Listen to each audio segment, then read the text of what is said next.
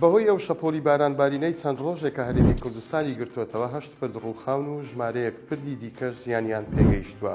هاتوچۆی چەند گوندێک بە تەواوی وەستاوە. ناوچەکانی دوکان، پیرەمەگرون، ئیدارەکانی ڕاپەڕین گەرمیان، هەروەها شارباژێر و پێنجوێن لەو شوێنانن کە پردە سەرەکی و لاوەچەکانیان زیانیان بەرکەوتووە.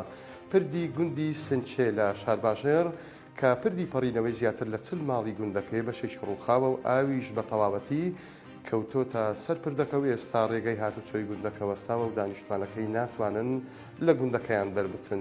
هەر سەبارەت بە پردەکان دەنگۆی دەرزبردننی یەکێ لە پایەکانی پردە نوێیەکەی دەربەندی ڕانیە هەبوو، بەڵام 964 سۆراغی کرد دەرکەوت ڕاست نییە، بەڵکو دەمە شۆفەڵێک بەر یەکێک لە پایەکانی کەوتووە و کەمێک ڕووشاوە. ئەمڕۆ شەممە شۆفێری باڵهەرگرێک لە ڕێگای بەردەڕەشگەهۆک لە گوندی حەسەنی خەوی لێکەوێت و خۆی دەچێشێت بە 5 ئۆتۆمبیلدا و ئۆتۆمبیلی شەشەمیش ئەخاتە ژێرخۆیەوە. هەر بەوەشەوە نەمەستا دواتر خۆی ئەکا بەناو دوکانێکدا. بار هەڵگرەکە نەوتی بار کرد بوو. شۆفێرەکەی خەڵکی ناحیەی کەلەکچیە. لە ڕووداوەکەدا دوو کەس بریندار بوون کە ژن و پیاوێکن.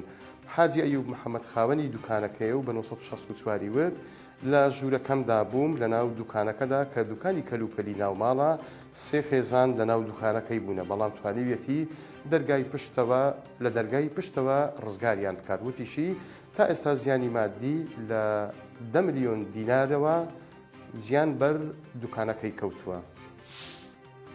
لە ڕووداوێکی هاتوچۆدا لە قەزای پێنجوێن کەسێک گیانی لەدەستدا.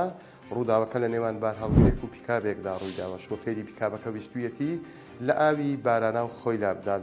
ئەمڕۆ شەممە سەرچاوێکی بەرپرس لە پۆلیسی هاتوچۆی قەزای پێنجوێن بە 964 وت ڕووداوەکە لە نزیک دووڕیانی گوندی نزارە لە قەزای پێنجوێن ڕوویداوە و پیکابەکە خۆی بە بار هەڵگرەکەدا چێشاوە، بەهۆیەوە شۆفێرەکەی کە تەمەنی 24 ساڵ بۆ گیانی لەدەستداوە.